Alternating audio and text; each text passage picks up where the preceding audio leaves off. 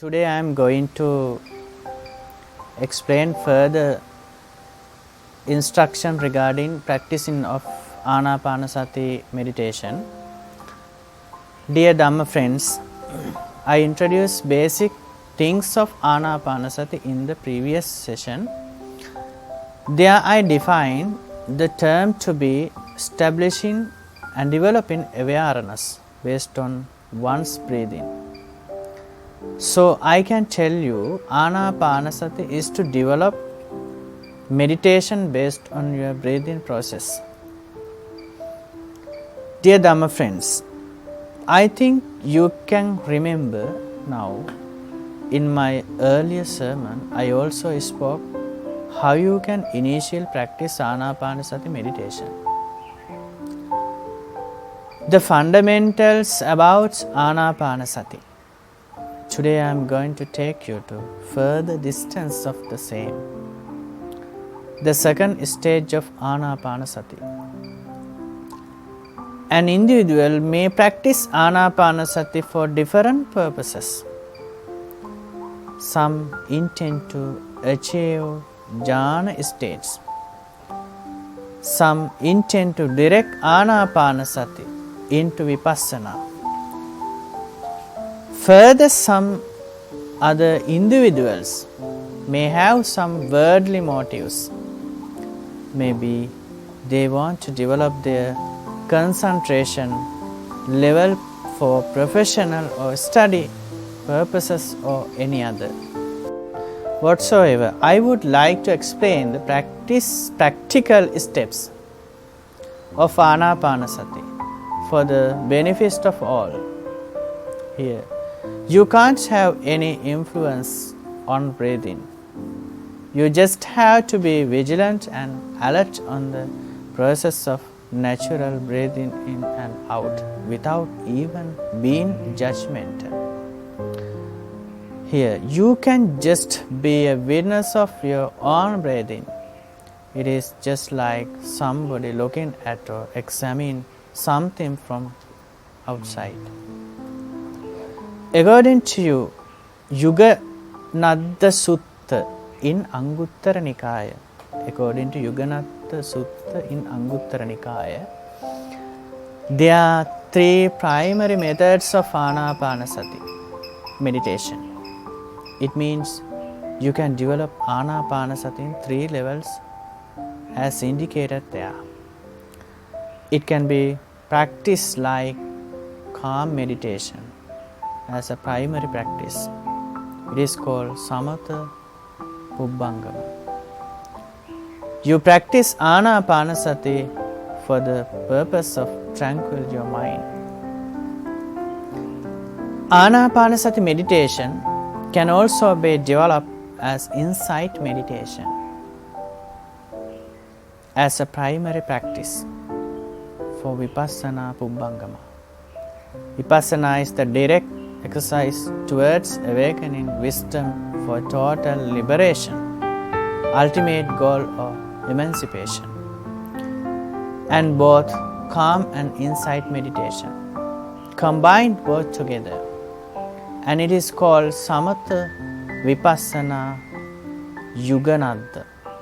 Both Vipassana and Samatha states can be simultaneously achieved by way of practicing.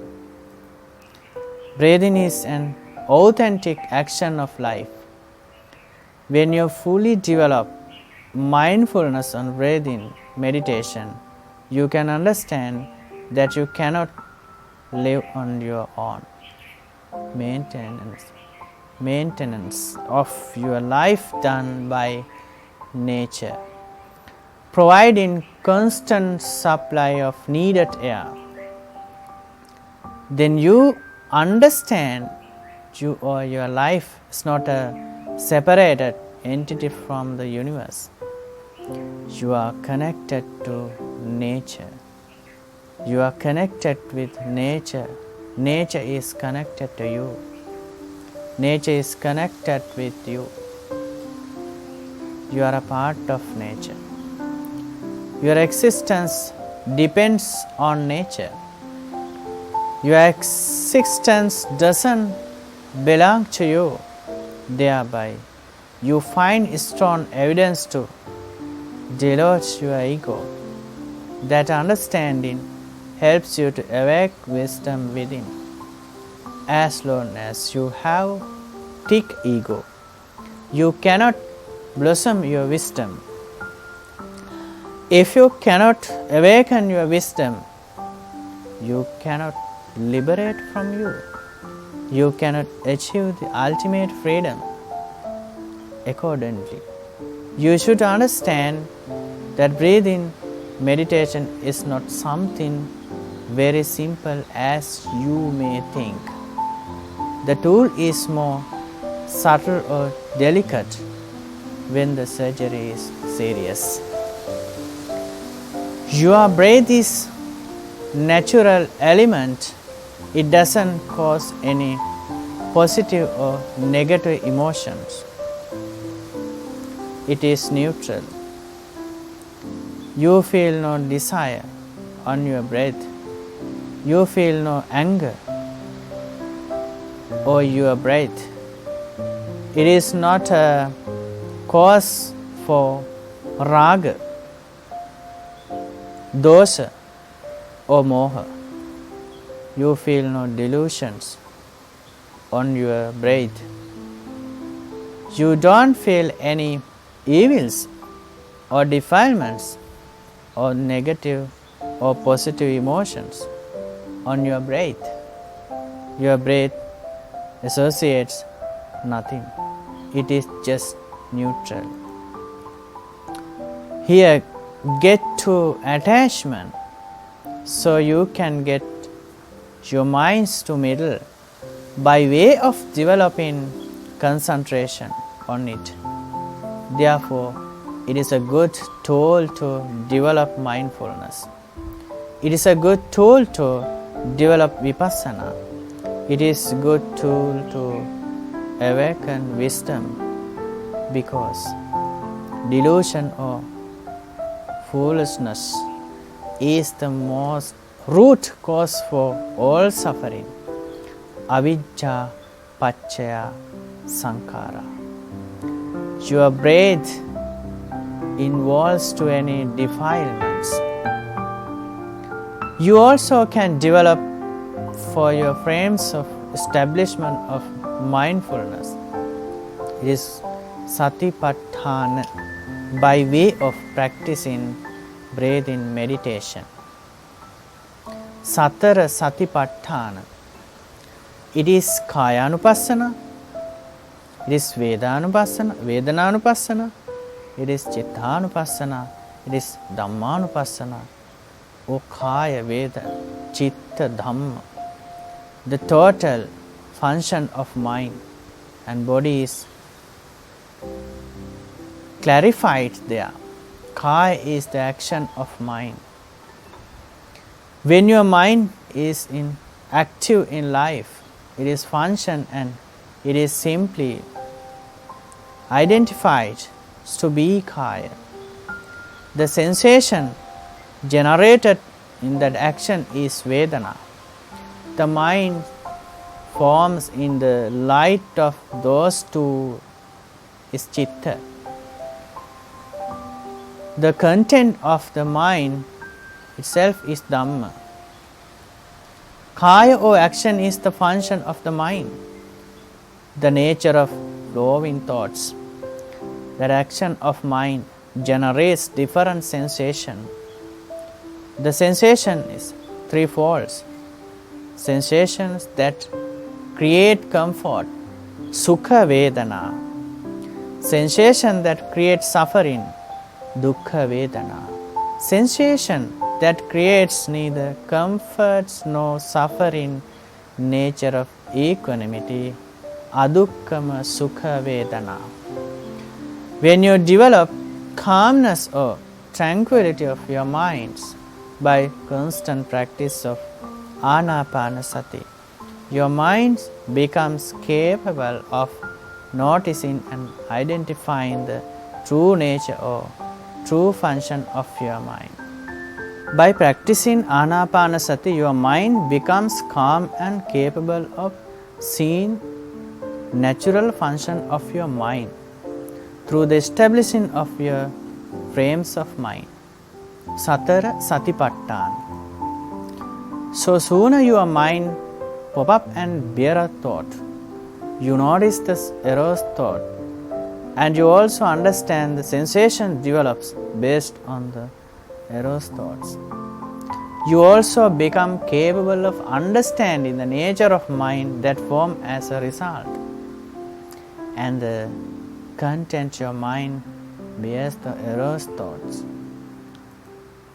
For this to happen, you have to be involved in constant practice with great effort. At this stage, you are quite advanced. You have become to a greater level. At this stage, dhyana is developed. If you don't have the levels of dhyana, you have to make great efforts to focus your mind on particular way, object. But when dhyana levels are developed, your mind stays in mindfulness with little efforts or sometimes effortlessly. Your mind stays calm. It is stable in greater human qualities. It doesn't fall down to evils very easily. If you don't have developed your mind into dhyana level, your mind stays or wanders, and you have only a little control over that. But if you have developed your mind into dhyana level by practicing meditation a lot, you can keep your mind in good effortlessly. Your mind remains calm even though you don't try hard. The mind, which must be disciplined with great effort, now be disciplined with no effort. It is identified to be jhana. You enjoy the light of happiness. In this stage, your mind turns into ecstasy. In jhana stage, your mind is less shaky, quite stable in mind, good. At this stage, you can experience your true naked mind. You are relaxed with that tranquil mind. You can start the impermanence of your own mind. You can see even your mind is process of energy. It doesn't stay or stand still. Now you practically identify that your mind is a flowing energy. Though you cannot see, you understand and admit that your physical body is undergoing constant change moment by moment, flash by flash. Now you practically experience that your mind is changing very delicate and subtle manner that your body. And also you understand that these body and mind merge together and changing constantly together. Both are flowing. No, even for a second things stay the same. Two bundles of sticks are set, erected, supporting each other. When one loses the balance or when one falls, the other too falls. Neither can stay alone. Each help each other. Now you understand that your formation is aggregate of mind and matter. You now understand the formation of selfness, which is taken to be individual. You can see all these and reach reality of life only when you highly calm down your mind. You see nothing of this type in your general mind. This nature of flowing and impermanence is applies to all worldly phenomena.